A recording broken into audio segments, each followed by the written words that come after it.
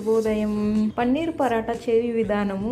పన్నీర్ని ఇలా తురుముకోవాలను. అందులో ఉప్పు కారాలు సమపాలలో వేసుకొని కొంచెం జీరా పొడి వేసుకోవాలను. కొత్తిమీర తరుక్కొని వేసుకోవాలను. దీనిని చపాతీ ముద్దలో పెట్టి చపాతీలాగా రుద్దవలెను. ఇలా పిండి ముద్దను తీసుకోవాలను. ఇలా గిన్నె వలె తిప్పవలెను. దాన్ని ఇందులో ఈ మిశ్రమమును కూర్చి ఇలా ఉంటవలే పెట్టవలెను.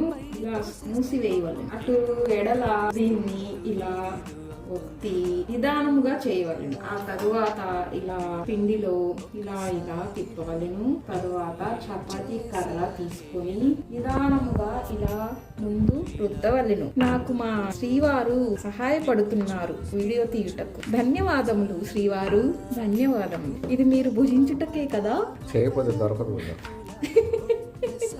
ఇలా పెనుము మీద వేయవలెను. ఇటుపక్క అటుపక్క బాగా కాల్చవలెను. బాగా కాలిన ఎడల ప్లేట్లో తీసుకొని భుజించవలెను. Thank you for watching. Bye. Subscribe చేసుకోండి, లైక్ చేయండి వీడియో నచ్చితే.